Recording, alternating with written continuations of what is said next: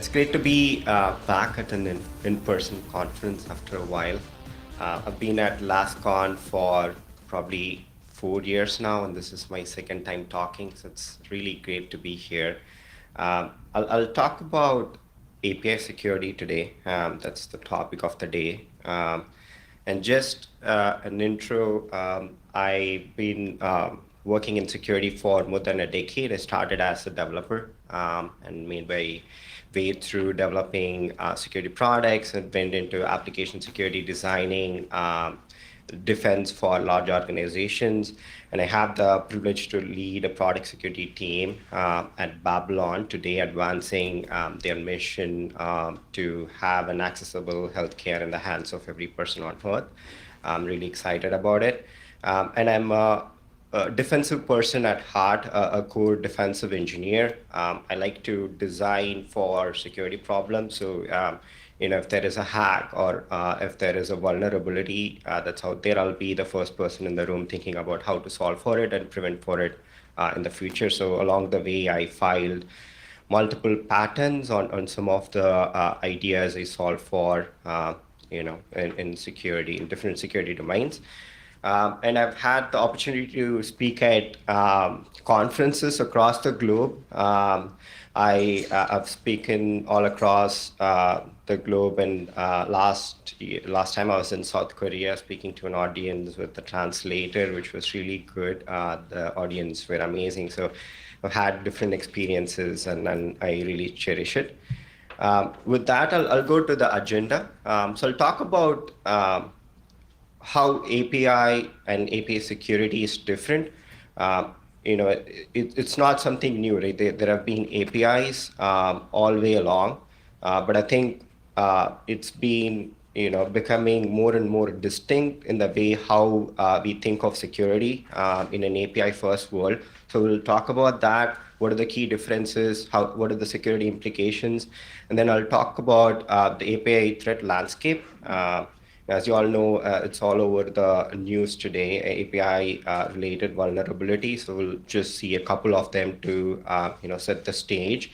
And I'll talk about what I think would be a good protection strategy. It's really complex, so I want to take a high-level view, and I'll give you an overview of how I think about API protection in general. So let's start with the difference, right? So if you look at the topmost diagram, that's kind of the monolithic architecture where you have the traditional web app serving a web page. So if you think of, let's say, a health application, right? So the application is going to make a call for a health dashboard, and then the server will query the database and return back all the data in a HTML view, right? It's all in a single call. But if you look at the current application, it's coined as SPA, single page application. So they make a number of API calls to the backend. So if you want to pull up a health dashboard, it's going to probably make a call to get your height, another call to get your weight, another call to get your pulse rate, and then it all sends the data in the form of a JSON, a raw data, to the front end, and the front end has JavaScript to kind of put it together and give a nice view of it.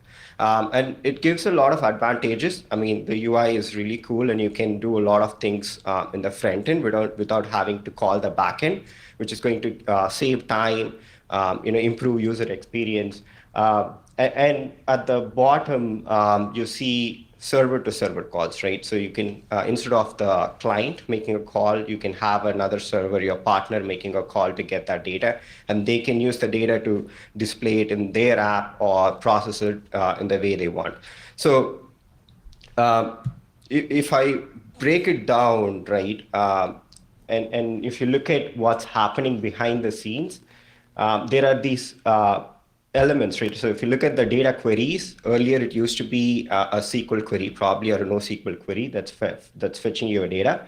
And then there is going to be HTML page that's returned. And then the filtering happens at the database level. So if you want to fetch 5 profiles. You would say you write a SQL query and you'll worry about SQL injection, how to protect against it. But today it's all API. So if you want to get file profiles, you can write a query param in your API to filter the data, uh, and the processing happens on the server side. So instead of the SQL, processing the data, you'll have server process and return it. And the data processing before the data is returned to the front end happens on the server side, right? So if you look at the traditional app, it will probably be a loop if you're doing object-oriented programming to take file profiles and return it. For modern web apps, it's on the client side, right? So the clients control which profile you want to display. I mean, the data is already there on the client side, and the client can, write a JavaScript, and it can run a JavaScript to decide what to display. So the main point here is, I mean, the data source has shifted left. So if the source of data is, of course, it's stored in your database, but then how it's controlled in the way it is returned to the client, it has shifted, right? It's with the API, so it's running on the server logic. So what are the security implications, right? So we talked about having a lot of different endpoints. So what does it mean from a security perspective, right? Basically, if you're a security engineer, it really looks cool from a development standpoint, but if you look at it, it presents a wider attack surface, right? Instead of having to secure one endpoint, having to worry about what is returned from that endpoint, you now have maybe 10 different endpoints for the same use case, right? And things are broken down into microservices. So it's not just the endpoints, it can get integrated with different other microservices that can serve multiple other use cases. So it's hard to nail down what use case this data is being served for. And we'll go into detail on what that is in the later slides, right? And then the data is object-based. So any data you access is an object.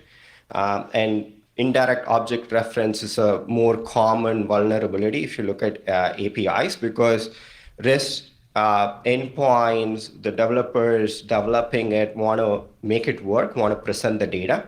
But before presenting the data, we need to do a couple of checks, right? Before fetching an object from the database, we need to understand if the client really needs that data and is authorized to fetch that data. There could be cases where there are two clients, one with access to that resource, another without access to that resource. So that needs to be checked, which doesn't happen often. And then returning the data to the user is again based on the use case. So you don't want to return everything you get just as you get to the user. So that's again a big gap that goes unnoticed in some of the APIs. The third part is filtering, right? Just like any web application, you need to do security filtering, input validation, sanitization, make sure all the input and output are clean, going in and out. And it's just more to do with APIs because you have a lot of parameters. There are a lot of query parameters that come in that needs to be allowed. And security filtering is hard. I mean, just in a web app, you know how filtering happens. It's more like a Swiss cheese kind of a model where things get, allow listed at multiple places, right? So yeah, these are high-level security implication. And if you look at the threat landscape, it's very clear, right? Gartner predicted APIs to be the #1 attack vector sometime back, long back. We're almost in 2022. It's just 2 more months. And I think this is being seen widely. I was reading X-Force report like a couple of days back, and in that report, the cloud breaches are reported to be increased by 170%, and then almost 2/3 of it is related to how APIs are being configured, how they are being deployed and run. So I think it's becoming more and more critical. And OWASP released an API top 10. How many of you know? Yeah, okay, good. Awesome. Yeah, so this is really cool. I really like that project. I just wanted to put it here to kind of drive the point that there are similarities in the way that web app vulnerabilities and the API vulnerabilities are seen, but there are also differences. If you look at the bolded text, there are some key differences, right? For example, rate limiting becomes very important. You cannot have people calling your API and getting your data for any number of time. It's not just protected. And then some of the things like cross-site scripting is a little irrelevant when it comes to APIs. It's not to say that you don't have to do sanitization or input validation. It's just that it's not in one of the top 10s, right? And if you look at attacks like CSRF, like cross-site request forgery, that may not be applicable depending on how you set up your APIs. APIs, by design, they are stateless. If you're running an API and if it's a server-to-server call, you don't have any state, you don't probably have to worry about CSRF. So there are some key differences to note. We'll look at the breaches in H121. These are not something that I personally did. I just wanted to showcase this as an example so we can look at a live example of what happened to a company, right? Facebook is great. I really like Facebook as a company. Earlier in the year, they had 500 plus million profiles leak in their API. So what went wrong was they had an API. So the intention was good. The API allowed you as an user to search for your friends with your friend's contact phone number, right? So basically a good use case, well-intentioned use case. But what was wrong was, it allowed you to submit any number of phone numbers. I mean, there was no rate limiting. You can just enumerate and just do a brute force guesswork on whoever you want to find, basically. And the scary part was it returned too much data, right? It just did not give you the name of that person so that you can connect and learn more. It gave you pretty much their email address, phone number, and their physical address to it, I think. So it was a lot of information that was unnecessary that was returned. And I think even though this was well-intentioned, if I relate it to some of the OWASP top 10 attack, it kind of didn't have the object level authorization. So when a call is made, you have to check whether the resource that is accessed is privileged to access that resource. That check did not happen, and there was excessive data exposure. Of course, it returned a lot of data that it didn't have to.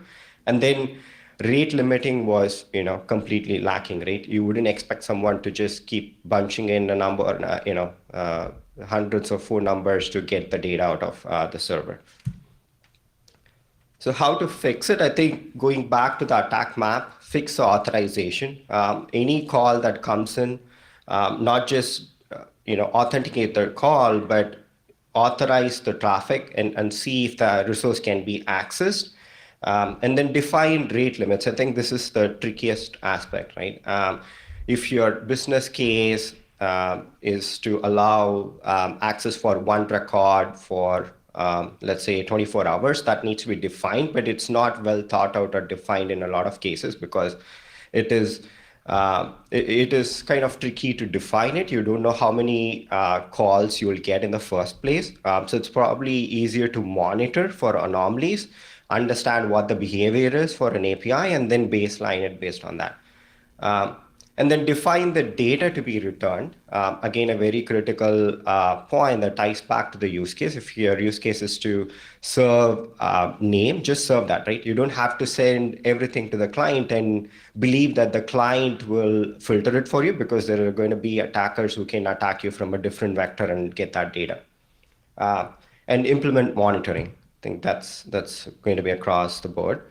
A second example, Just Dial, again, a great company. It's a company in India, which is a local search company. It exposed 100 million users' personal data, right? So what happened was in 2019, Just Dial had a production database and a staging server. And they did this, they did the connection between the production database and the staging server so that they could test a few things and run a few tests, but they accidentally exposed the staging server outside. There was no inventory of what the APIs in that staging were. There was no cataloging of why it need to be connected, why it need to be exposed to the internet. And it was just left as is, right? After the testing is done, people just ignored it. And a clever security researcher found the way in, and he was able to access all the users' data, again, along with email, phone number, gender, date of birth, a lot of sensitive data. Um, so going back to the attack map again, this relates to improper assets management. So you need to manage your assets, just like your web assets. You need to categorize, catalog. You know what APIs you are exposing. What are the sensitive APIs? What are your non-sensitive APIs? What are on the internet and what are not on the internet? And have a clear control on that. And then anything that's exposed should have authentication, right? That's the baseline. So broken user authentication. I think we talked about some of the fix. One thing to highlight would be to keep an eye on shadow APIs, right? So if you have an API that's no longer in use, or that has a newer version of it, it needs to be closely monitored and deprecated. We don't have to have loopholes that allow attackers to come in and take the data. And implement strong authorization and authentication. That's key across all the microservices. So that I'll swiftly go into the protection strategy. And when we talk about protection strategy, I want to start with the classification, because we need to know what we are building the protection for. It's not set in stone, but the way I look at the APIs, it could be classified in a couple of different ways. So there are internal APIs. There are business to business external API, basically the APIs that allow your partner to connect to you and get data and use it the way they want. And then there is business to consumer external API. These are APIs that are back end to your mobile app or web app that allows your customers and consumers to connect and consume the data. And then there are third-party APIs. And third-party APIs are APIs that get consumed. So you have an API that consumes a third-party API. And then there are APIs that could come in from merger and acquisition, which could be hosted somewhere else, right? So if I look at it from a security perspective, clearly there is a box where some APIs are internet facing, which are going to be more attack prone, and some are internally facing. And then the data sensitivity could vary. You can have APIs that are internal with sensitive PII, PHI data. There could be external APIs without any sensitivity or with sensitive data. So you can classify that accordingly. I think that runs across the board as a horizontal.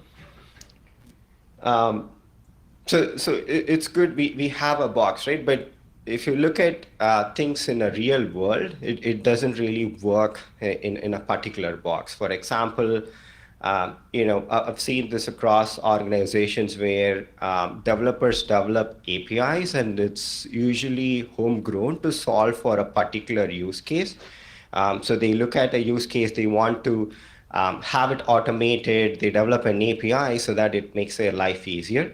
And then what happens is after 6 months or within a period of 6 months, the word gets spread within the company through your all hands or showcase, and developers like to showcase their APIs. And then the other developer is like, hey, this is really cool. I have a similar use case. Can I just plug in your API and use it, right? Which seems really nice, and developers are always happy that their product is getting used. So they enable it, right? And then after a few months, there is a customer, there is a product manager who sees a customer with the same use case. And then he's like, can I use this? Can we test this with our partners? And then again, I think, the management and developers are very happy to enable a quick POC to that API and get that tested. And then before you know, they really like the product and they want to make it commercial, right? And this is where usually I or the security professionals get involved. They have a need to commercialize this API. They come and ask, hey, Ravi, is this good? Are we good to go? We need to go live tomorrow, right? That puts me and everyone in an odd situation, right? Uh, and when I look at it, I find problems, right? And I immediately see a lot of vulnerabilities. And my problem with that is it has been there all the way since the API was developed. And it drives me crazy, and you can imagine how that discussion goes between the teams, right? But I think there should be a better way to have things more consumable. In the fast-paced world, we need to embrace automation and velocity. So I think uh, not to ignore the boxes, but I think as a building block, we can talk about a few controls, right? Any API that is developed, I think these are some of the key security capabilities that the APIs will need. So you'll need an authentication, like we talked about. It can be mutual TLS or a HMAC token-based authentication, and it definitely needs to have authorization. So have well-defined object-based access policies. Um, and then API key lifecycle management. So if you're having mutual TLS, you need to rotate the keys. If you have HMAC-based keys, again, it needs to be revoked, replaced, rotated in a period of time. And then rate limiting should be well thought out from the initial design, even from when you have use case defined. I think it's important to put your brains on how it can be abused and come up with rate limits that you can apply.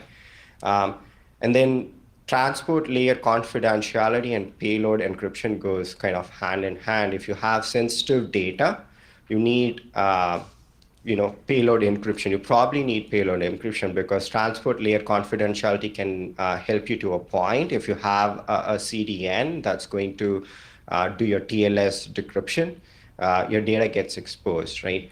So you need to have end-to-end payload encryption for very critical and sensitive data. And then secrets management and data at rest protection, I think it's table stakes. You need to have it across the board if you're developing API or web app or whatnot. You can store the secrets in a secure vault, protect your data at rest with secure key management practices. And then automated bot detection is again very important control. I think there needs to be monitoring that's across the APIs to monitor for your use cases, baseline the behavioral aspects of your use cases, and detect anomalies. Because you could be good at defining rate limits, but the practicality is you may not be able to define it in a way that's more restrictive or conservative. So you need to have a more inline detective tool that can analyze the behavior and alert you for anomalies that you can look for and detect for breaches.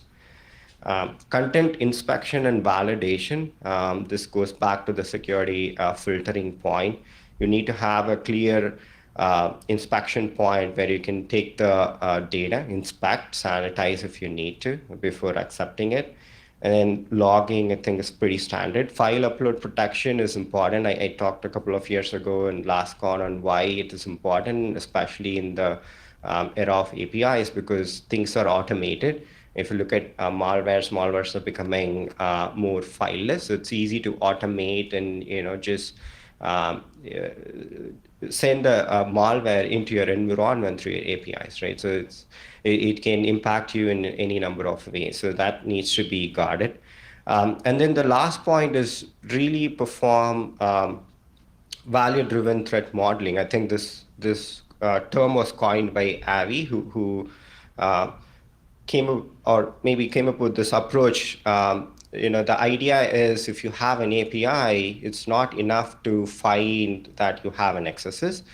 You have to think about what it really means, right? So if you have an XSS, maybe it's a stored XSS that goes into your database, allows you to add a user and do a cache transfer, right? So that type of thinking needs to happen when you're defining the sprints, when you're defining the use cases. The abuse cases need to be thought of. And I'll quickly, shift to this slide, and then I'll talk more about what questions we should ask in that area, right? So it's good to break and implement these building blocks. But I think when it comes to risk-based controls, you would need to optimize it across the board, across the circle. So you need to discover the APIs, catalog, and identify the sensitive ones. And depending on which ones are sensitive, you would have a strategy to secure them from a security testing and security review process. You don't have to really threat model all your internal APIs. For example, if they don't have sensitive data, they're not going to be exposed to anyone. That's going to be very time consuming and maybe not valuable. So just focus on the ones that you need to secure based on the sensitivity. Have test cases to find API related attacks. Like I said, don't just look for excesses, run a burp to find, basic attacks, right? So look for API attacks and also apply policies. There are security policies that can be applied at web application firewall level, to rate limit, or at your API gateway level. So you need to apply the right policies for the right set of APIs. Otherwise, I think it's an open gate. And then have a clear monitoring path to detect anomalies. I think we touched on this point a number of times. So yeah, with that, I'll go to some closing thoughts. Again, these relate to the value-based threat model that I talked about. Whenever the API is designed, I think security needs to be thought out from the initial phase. So if you're designing an API to, let's say, enable cash transfer, you need to think about what's the worst possible thing that can happen.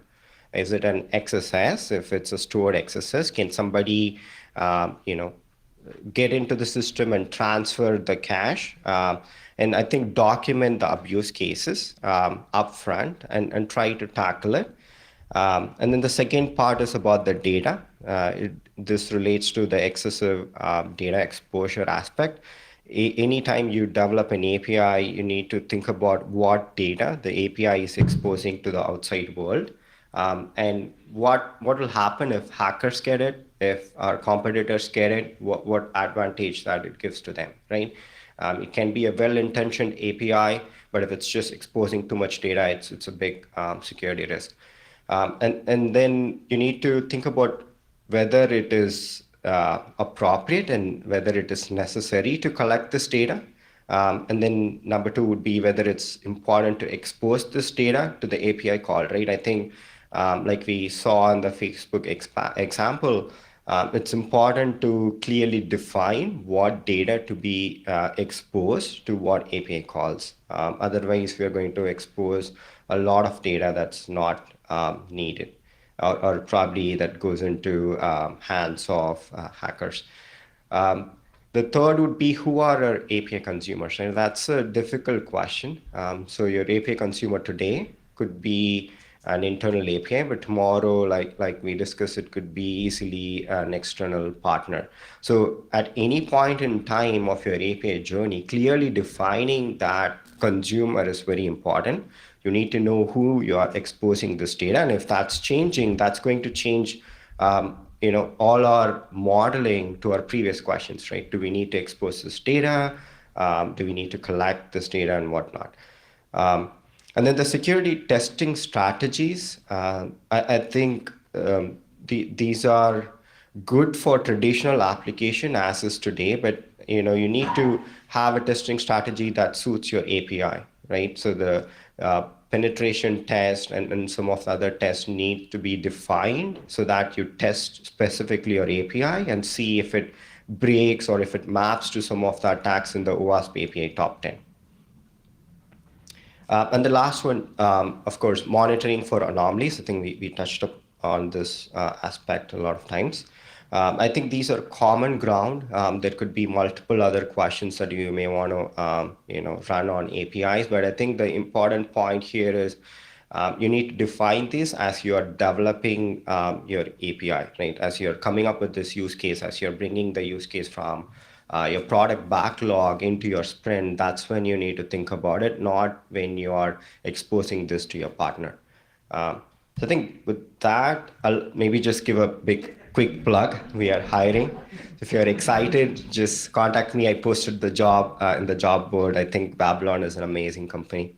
Uh, that I thank you for your patience.